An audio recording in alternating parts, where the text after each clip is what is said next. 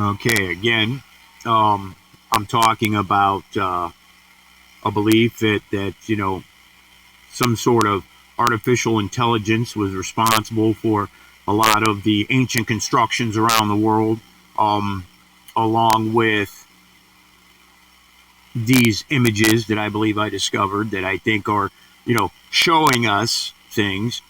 It's like a Mad magazine. I don't know if any of you remember a Mad magazine that you had the end where you could fold the page and it would one image. So man is capable of doing this. You know what I mean? It is. But what I'm saying is, if you look at like minds back then, with the way modern day archaeological scientists, I guess you'd call them, would say, they had primitive tools, copper chisels, copper axes, yada yada. They were pounding on stone with diorite balls, and you know. So, do you think they would have the thought capability to create these images to be mirrored into something else? I don't think that's feasible. So, again, in this mirrored image of Thoth, you see, I want to talk more about the craft itself that you see above the pyramid, which, by the way, looks specifically like a specific pyramid that there are many pictures of there in Egypt, the shape of it. So, anyways, the spacecraft. Okay, let's talk about the Death Glider from Stargate SG-1, because that is the other image I showed that looks just like the spacecraft in the mirrored image of Thoth, okay, above the pyramid. Now, unless a director or a producer or somebody of the show wants to come forward and say, oh, dude, I'm responsible for that because I did the same thing you did, I thought it was cool, is that a coincidence? Because, again, I watch a lot of Ancient Aliens, I'm a dweeb, whatever.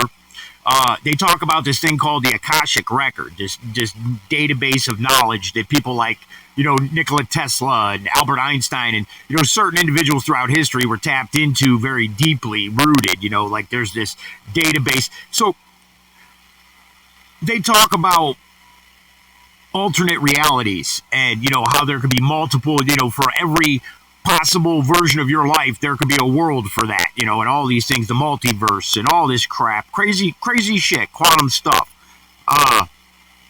So basically, is it possible that that's what this is?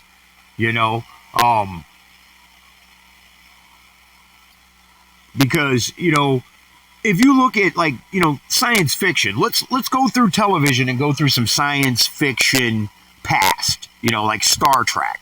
You had Dr. McCoy walking around, waving this thing around people. He could tell you their temperature. He could do all this stuff. Back then they had to stick a thermometer in your mouth or, put something on, touch you with something. Nowadays they have exactly what Dr. McCoy had. Like COVID, you walk into a building, they point something at you, they tell you your temperature. It became reality. So is it real in the first place?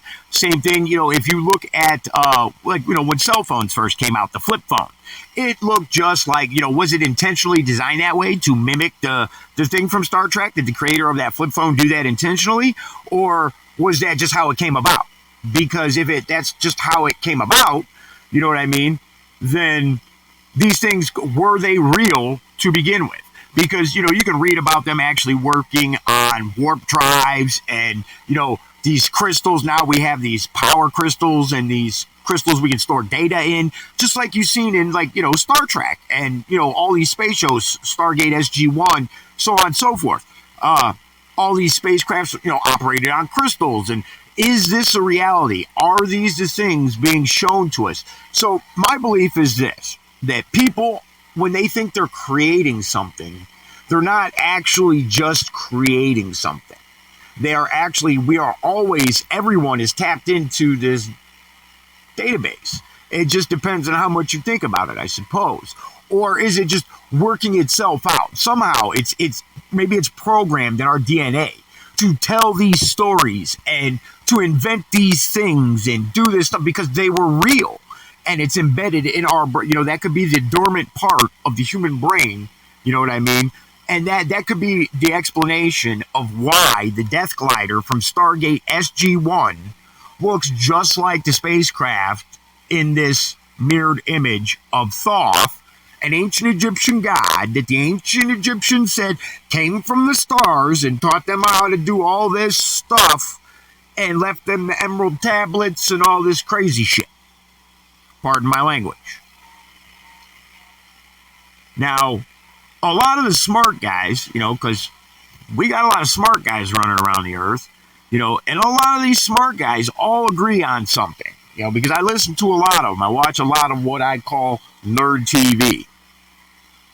We don't believe in coincidences. Even police detective stuff I've watched with police detectives. Sure, you might have one, you might have two. Start to get too many, they're not coincidences. Again, these things I'm saying, these things I'm showing in this image, like I said, unless, a creative director, designer from Stargate SG-1 wants to come forward and say, yeah, dude, I did the same thing you did. I thought it was cool. What else could explain this? What else could explain these things that were science fiction now being a reality? Because they were real in the first place. Somewhere this knowledge is coming from somewhere. It has to be. So my belief is that, whether it's beings from another world or it's time travelers from the future, sent back to save mankind, who the hell knows? Like I said, I've said it many times, the possibilities are limitless, but I definitely, again, think this needs looked at with fresh eyes, open minds, and outside of the box. This box needs opened and looked inside, because this Schrodinger's cat thing is killing me.